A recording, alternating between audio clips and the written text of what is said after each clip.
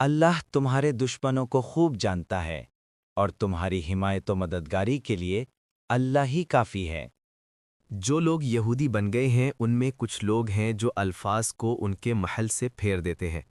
اور دین حق کے خلاف نیش زنی کرنے کے لیے اپنی زبانوں کو توڑ موڑ کر کہتے ہیں سمعنا و عصینا اور اسمع غیر مسمعین اور راعنا۔ حالانکہ اگر وہ کہتے سمعنا و اطعنا اور اسمع اور انظرنا تو یہ انہی کے لیے بہتر تھا اور زیادہ راست بازی کا طریقہ تھا، مگر ان پر تو ان کی باطل پرستی کی بدولت اللہ کی پھٹکار پڑی ہوئی ہے، اس لیے وہ کم ہی ایمان لاتے ہیں۔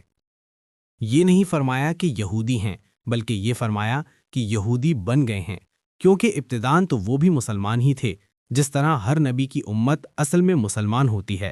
مگر بعد میں وہ صرف یہودی بن کر رہ گئے۔ اس کے تین مطلب ہیں، ایک یہ کہ کتاب اللہ کے الفاظ میں رد و بدل کرتے ہیں، دوسرے یہ کہ اپنی تعویلات سے آیات کتاب کے معنی کچھ سے کچھ بنا دیتے ہیں، تیسرے یہ کہ یہ لوگ محمد صلی اللہ علیہ وسلم اور آپ صلی اللہ علیہ وسلم کے پیرووں کی صحبت میں آ کر ان کی باتیں سنتے ہیں اور واپس جا کر لوگوں کے سامنے غلط طریقہ سے روایت کرتے ہیں۔ بات کچھ کہی جاتی ہے اور وہ اسے اپنی شرارت سے کچھ کا کچھ بنا کر لوگوں میں مشہور کرتے ہیں تاکہ انہیں بدنام کیا جائے اور ان کے متعلق غلط فہمیاں پھیلا کر لوگوں کو اسلامی جماعت کی طرف آنے سے روکا جائے۔ یعنی جب انہیں خدا کے احکام سنائے جاتے ہیں تو زور سے کہتے ہیں کہ سمعنا، ہم نے سن لیا، اور آہستہ کہتے ہیں عصینا، ہم نے قبول نہیں کیا، یا اطعنا کا تلفظ اس انداز سے زبان کو لچکا دے کر کرتے ہیں کہ عصینا بن جاتا ہے۔ یعنی دوران گفتگو میں جب وہ کوئی بات محمد صلی اللہ علیہ وسلم سے کہنا چاہتے ہیں تو کہتے ہیں اسمع، یعنی سنیے، اور پھر ساتھ ہی غیر مسمعین بھی کہتے ہیں، جزو معنی ہے۔ اس کا ایک مطلب یہ ہے کہ آپ ایسے محترم ہیں کہ آپ کو کوئی بات خلاف مرضی نہیں سنائی جا سکتی۔ دوسرا مطلب یہ ہے کہ تم اس قابل نہیں ہو کہ تمہیں کوئی سنائے۔ ایک اور مطلب یہ ہے کہ خدا کرے تم بہرے ہو جاؤ۔ اس کی تشریح کے لیے ملاحظہ ہو سورۃ بقرہ 108۔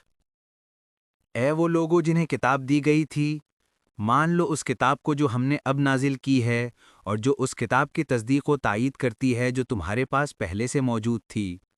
اس پر ایمان لے آؤ قبل اس کے کہ ہم چہرے بگاڑ کر پیچھے پھیر دیں یا ان کو اسی طرح لعنت زدہ کر دیں جس طرح سبت والوں کے ساتھ ہم نے کیا تھا۔ اور یاد رکھو کہ اللہ کا حکم نافذ ہو کر رہتا ہے۔ اللہ بس شرک ہی کو معاف نہیں کرتا، اس کے ماں سوا دوسرے جس قدر گناہ ہیں وہ جس کے لیے چاہتا ہے معاف کر دیتا ہے۔ اللہ کے ساتھ جس نے کسی اور کو شریک ٹھہرایا اس نے تو بہت ہی بڑا جھوٹ تصنیف کیا اور بڑے سخت گناہ کی بات کی۔ یہ اس لیے فرمایا کہ اہل کتاب اگرچہ انبیاء اور کتب آسمانی کی پیروی کے مدعی تھے، مگر شرک میں مبتلا ہو گئے تھے۔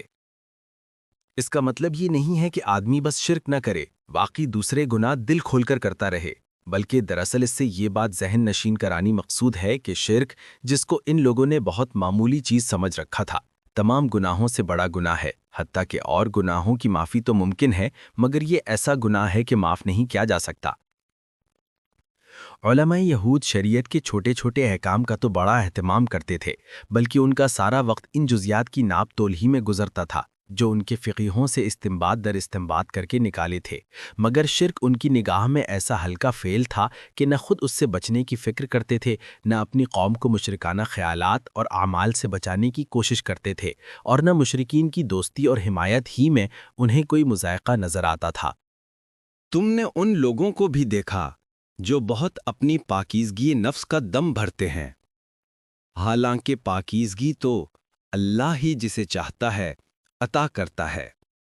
اور انہیں جو پاکیزگی نہیں ملتی تو در حقیقت ان پر ذرہ برابر بھی ظلم نہیں کیا جاتا۔ دیکھو تو صحیح، یہ اللہ پر بھی جھوٹے افطرا گھڑنے سے نہیں چوکتے، اور ان کے صریحاً گناہ گار ہونے کے لیے